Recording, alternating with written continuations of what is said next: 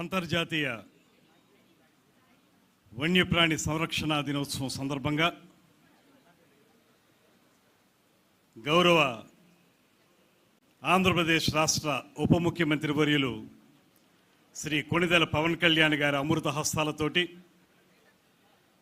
హనుమాన్ అనేటువంటి ఈ వినూత్నమైనటువంటి కార్యక్రమాన్ని ప్రారంభించుకుంటున్నటువంటి ఈ శుభ సందర్భంలో ముఖ్య అతిథిగా విచ్చేసినటువంటి ఆంధ్రప్రదేశ్ రాష్ట్ర ఉప ముఖ్యమంత్రి వర్యులు పంచాయతీరాజ్ గ్రామీణ నీటి సరఫరా శాఖ, అటవీ పర్యావరణ శాఖ, శాస్త్ర సాంకేతిక శాఖ వీటికి మంత్రివర్యునిగా, వీటన్నిటికంటే మించి సహజంగానే స్వతహాగానే వస్తుతః పర్యాటక ప్రేమికులు, అటవీ ప్రాంత సంరక్షకులుగా ఎంతో కాలంగా కార్యక్రమాలను నిర్వహిస్తున్నటువంటి పెద్దలు, మా అందరికీ కూడా మార్గదర్శకులు శ్రీ కొణిదెల పవన్ కళ్యాణ్ గారికి మనందరి తరపున కూడా శుభస్వాగతం పలుకుతూ ఈనాటి ఈ కార్యక్రమానికి సభా ప్రారంభం చేసినటువంటి ప్రిన్సిపల్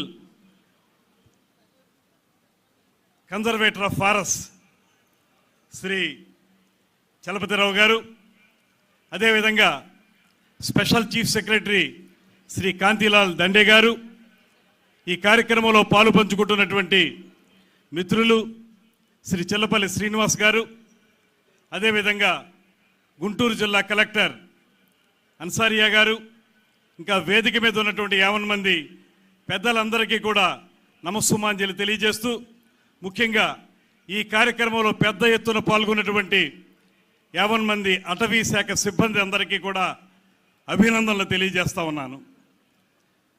గడిచిన 18-19 నెలల కాలంలో ఎప్పుడైతే ఈ శాఖలకి అధిపతిగా శ్రీ పవన్ కళ్యాణ్ గారి కార్యక్రమాలు ప్రారంభించారో తొలి నుంచి కూడా వినూత్నమైన కార్యక్రమాలకి వేదిక అయింది అటవీ శాఖ.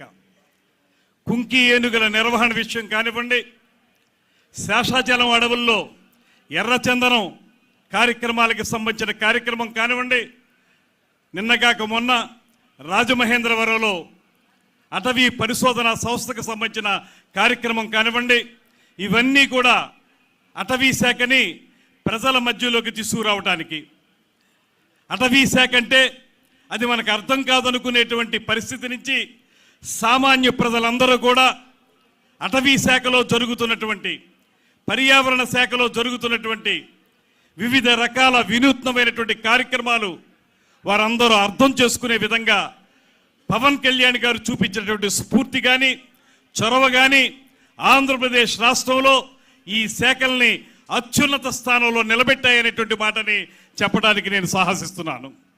ముఖ్యంగా మీ అందరికీ మనవి చేసేది, చాలా కాలంగా మానవ జీవితాలకి వన్యప్రాణులకి మధ్య జరుగుతున్నటువంటి సంఘర్షణ, వన్యప్రాణుల్ని ప్రమాదభరితంగా భావించి భయపడేటువంటి మానవ సమాజం ఒక పక్కనుంటే, మానవ సమాజాన్ని చూసి దూరంగా పారిపోయేటువంటి పరిస్థితి వన్యప్రాణులకు ఉంటే, అలా కాదు, రెండిటికి కూడా ఉన్నటువంటి సంబంధ బాంధవ్యాల్ని గుర్తించి ఒకరికొకరు సపోర్ట్గా ఉండే విధంగా, ముఖ్యంగా ఏదైతే వన్యప్రాణుల వల్ల పొలాలకు కానీ పంటలకు కానీ జరుగుతున్న నష్టం కానీ, అదేవిధంగా మానవ జీవితాలకు జరుగుతున్న నష్టాన్ని కానీ తగ్గించాలి. దాంతోపాటు అదే సమయంలో వన్యప్రాణుల్ని సంరక్షించాలి. సంరక్షించడంలో కూడా కొంత వినూత్నమైన కార్యక్రమాల్ని, ముఖ్యంగా శాస్త్ర సాంకేతిక అభివృద్ధి ఏదైతే జరుగుతుందో దాని ప్రాతిపదికగా కార్యక్రమాలను చేపట్టాలి. తద్వారా మనుషులకి వన్యప్రాణులకి మధ్య ఉన్నటువంటి సంఘర్షణని తగ్గించాలనేటువంటి వినూత్నమైనటువంటి ఆలోచనతో ఇవాళ ఉప ముఖ్యమంత్రి వర్యులు పవన్ కళ్యాణ్ గారు చేపట్టినటువంటి ఈ కార్యక్రమం ఖచ్చితంగా మన అందరిలో కూడా చైతన్యం తీసుకురావాల్సినటువంటి అవసరం ఉంది. ఈ విషయాన్ని ముందుకు తీసుకెళ్ళడానికి ఈరోజు ప్రారంభించుకుంటున్నటువంటి ఈ కార్యక్రమం, ఇందులో ఇప్పుడే అనేక కార్యక్రమాలని శాఖ వారు ఉప ముఖ్యమంత్రి వర్యులకి తెలియజెప్పడం జరిగింది, చూపించడం జరిగింది.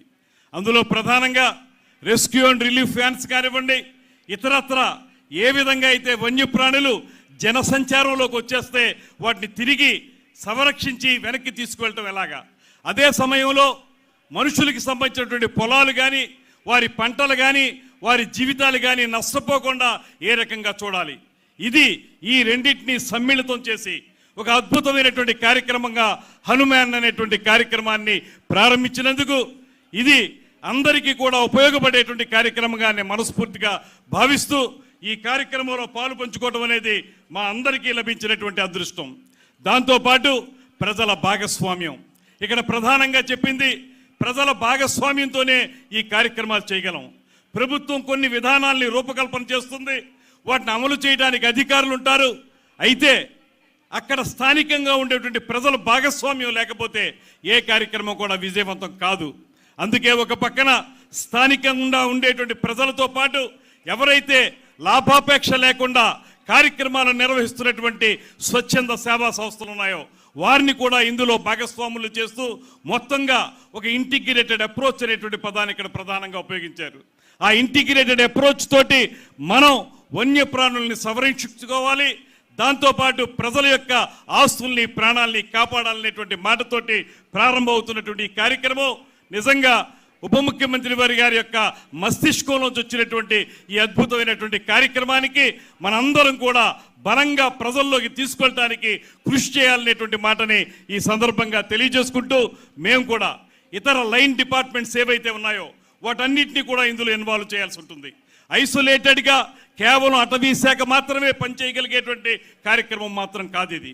ఒక పక్కన అగ్రికల్చర్ డిపార్ట్మెంట్, మరో పక్కన యానిమల్ హస్బెండరీ, ఆ మాటకు వస్తే మా పర్యాటక శాఖ కూడా, ఇవన్నీ కూడా లైన్ డిపార్ట్మెంట్స్ అన్నీ కూడా ఇంటిగ్రేటెడ్ అప్రోచ్లో పనిచేస్తేనే సత్ఫలితాలు వస్తాయనేటువంటి మాట మాకు గతంలోనే పవన్ కళ్యాణ్ గారు అనేక సందర్భాల్లో తెలియజేశారు.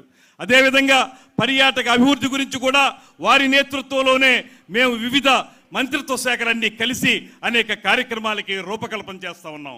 ఇలాగ ఒక వినూత్నమైనటువంటి కార్యక్రమాలను చేపడుతూ ఇవాళ ప్రజల మధ్యలోకి అటవీ శాఖని, అదేవిధంగా పర్యావరణాన్ని, వీటిని బహుళ విస్తృతంగా తీసుకొస్తున్నటువంటి ఉప ముఖ్యమంత్రి వర్యులకి మరొక మారు ధన్యవాదాలు తెలియజేస్తూ ముఖ్యమంత్రి చంద్రబాబు నాయుడు గారు, అదేవిధంగా ఉప ముఖ్యమంత్రి వర్యులు శ్రీ పవన్ కళ్యాణ్ గారుల నేతృత్వంలో ఈ రాష్ట్రంలో అభివృద్ధి సంక్షేమం సమ్మిళితమై మేళవింపు చేసుకుని అద్భుతంగా ముందుకు సాగుతున్నటువంటి ఈ నేపథ్యంలో అటవీ శాఖ కూడా ఆ కార్యక్రమాలని చేతబట్టి ముందుకు వెళ్లాలని మనస్ఫూర్తిగా కోరుకుంటూ ఇందులో పాలు పంచుకుంటున్న ప్రతి ఒక్కరికి కూడా ప్రత్యేకమైనటువంటి ధన్యవాదాలు తెలియజేస్తూ సెలవు తీసుకుంటున్నాను.